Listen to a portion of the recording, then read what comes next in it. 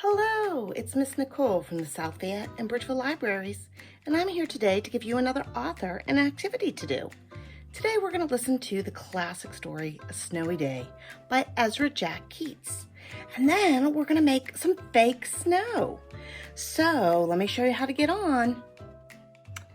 Well, here I am on my computer, and I typed in The Snowy Day Read Aloud. And I came up with a lot of different videos. I like the second one the best. It's called The Snowy Day Read Aloud, an animated story. And it's really fun, and it's kind of short. It's only 3.5 minutes. So when you're done watching Peter in the snow, come on back and I'll show you how to make some fake snow. The Snowy Day. It's a fun story about Peter's adventures in the snow. So we're gonna make our own fake snow if you don't have any outside. So I already mixed mine up. It's very easy. You only need 2 things. You need cornstarch and some lotion. And 1 cup. So what you're gonna do is you're going to pour out 3 cups of cornstarch. So my cans are 16 ounces. I got 2.5 cups out of the first can, so I only needed to use 1/2 cup out of the other can. So I put 3 cups of cornstarch and then 1 cup of white lotion.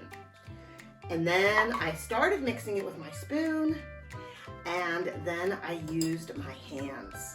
So they say that you want to mix it until you can form a little ball, because then it crumbles to look like snow. So it's pretty easy.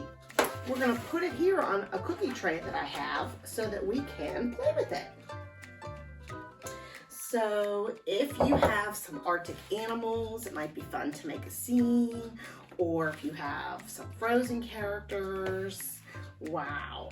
So because Peter was making tracks in the snow, I have a Batman character. I'm gonna have him make some tracks. His feet were pointing out like Peter's. Let's see. This guy, Linus, his feet are together. So I can make different tracks with him. I even have a little sled. So maybe you wanna see what kind of tracks your sled makes. Very cool. Maybe you even want to pretend you're shoveling a path of snow like they did in Peter's neighborhood so that he could walk. And they said they piled it up really high.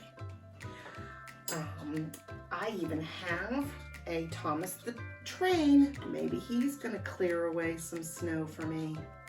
We could see what kind of track he leaves. So, of course, we want to try to build a snowman because that's what Peter does. So I'm going to see if I can form a little ball over here and another one over here on top of it.